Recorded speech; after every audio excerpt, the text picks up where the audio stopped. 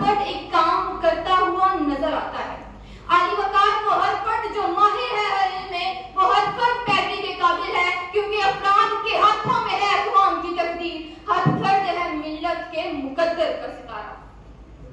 علی وقار اگر کسی کو انہار کے علم کے بارے میں جاننا ہے تو وہ انہی اشخاص سے رجوع کرے گا جو انہار کے علم میں یکتا ہے۔ اگر کسی کو اشجار کے علم کے بارے میں جاننا ہے تو وہ انہی اشخاص سے رجوع کرے گا جو اس علم میں صلاحیت میں یکتا ہے۔ اگر کسی کو فلاحت کے علم کے بارے میں جاننا ہے تو وہ انہی اشخاص سے رجوع کرے گا جو فلاحت کے علم اور صلاحیت میں یکتا ہے۔ اور اگر کسی کو صنعت و عرفت کے علم کے بارے میں جاننا ہے تو وہ انہی اشخاص سے رجوع کرے گا جو صنعت و عرفت کے علم اور صلاحیت میں یکتا ہے۔ تو شخصیتوں نے اس کا خوب فائدہ اٹھایا۔ کبھی کوئی جاگیردار، کبھی کوئی سرمایہ دار اپنی اپنی شخصیتوں کے گرد، کہانیوں کے گرد گھومتے ہوئے اپنے الف لیلوی کردار ثابت ہوتے ہیں۔ جناب والا ہمیں آج بھی وہی نعروں سے بہکایا جاتا ہے، لوٹا جاتا ہے جو آج سے 50 سال پہلے ہوتے تھے۔ جناب والا آپ کسی اخبار کا تراشا اٹھا لیجیے، آج بھی آپ کو وہی رونا دھونا ملے گا جو تب تھا۔ انہیں بلند و بام داموں سے ہمیں آج بھی لوٹا جاتا ہے۔ چینی چوروں کے ہاتھ کاٹ دیں، غربت کو جڑ سے کاٹ دیں گے، رشوت خوری کو ہم ختم کریں گے، وغیرہ وغیرہ وغیرہ۔ جناب والا میں آپ کو ان سب کو ایک مشورہ دوں گی کہ ہمیں لوٹنے کا کوئی نیا طریقہ ہی اپنا لو۔ مانا کہ ہم سادہ دل ہیں، لیکن تم اپنی چالیں تو خوبصورت چلو، تم اپنی چالیں تو خوبصورت چل لو۔ جزاک اللہ۔ کوئی فیصلہ آپ کر سکتے ہیں؟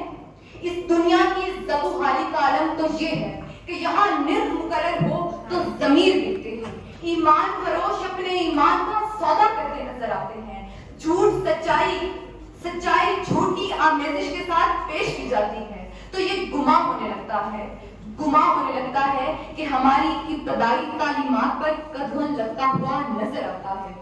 کوئی تو ہو جو فیصلہ کر دے یقین کا، فصلیں خزاں میں پھول کھلا کر چلے کوئی۔ صدر محفل، آج میں یہ کہنا چاہوں گی کہ یہ پھول، ان پھولوں کی آبیاری لہو سے کرنی پڑتی ہے، ایسے پھولوں کی آبیاری ایمان سے کرنی پڑتی ہے، ایسے پھولوں کی ارے بتاؤ بلوچستان اسمبلی کے باہر جوتا باری کیوں ہوئی؟ ارے رات کو آنے والے ٹی وی شو پر گھنٹوں بیٹھ کر ایک دوسرے کے خلاف اپنے لیڈروں کی خوشامد کرتے ہوئے اس بات کا ثبوت کیوں دیتے ہیں کہ میری نظر میں تو کافر، تیری نظر میں میں کافر؟ زیوکار رقم میں اسلامی نقطہ نظر کی بات کروں تو زیوکار خلیفہ اول ابو بکر صدیق نے اپنے پہلے خطاب میں یہ کیوں کہا تھا کہ اگر میں غلط ہوں تو مجھے روکا جائے، اگر میں صحیح ہوں تو اس کام میں میرا ساتھ دیا جائے۔ یہ اس بات کا منہ بولتا ثبوت ہے کہ جمہوریت شخصیت پرستی سے پامال ہو سکتی ہے۔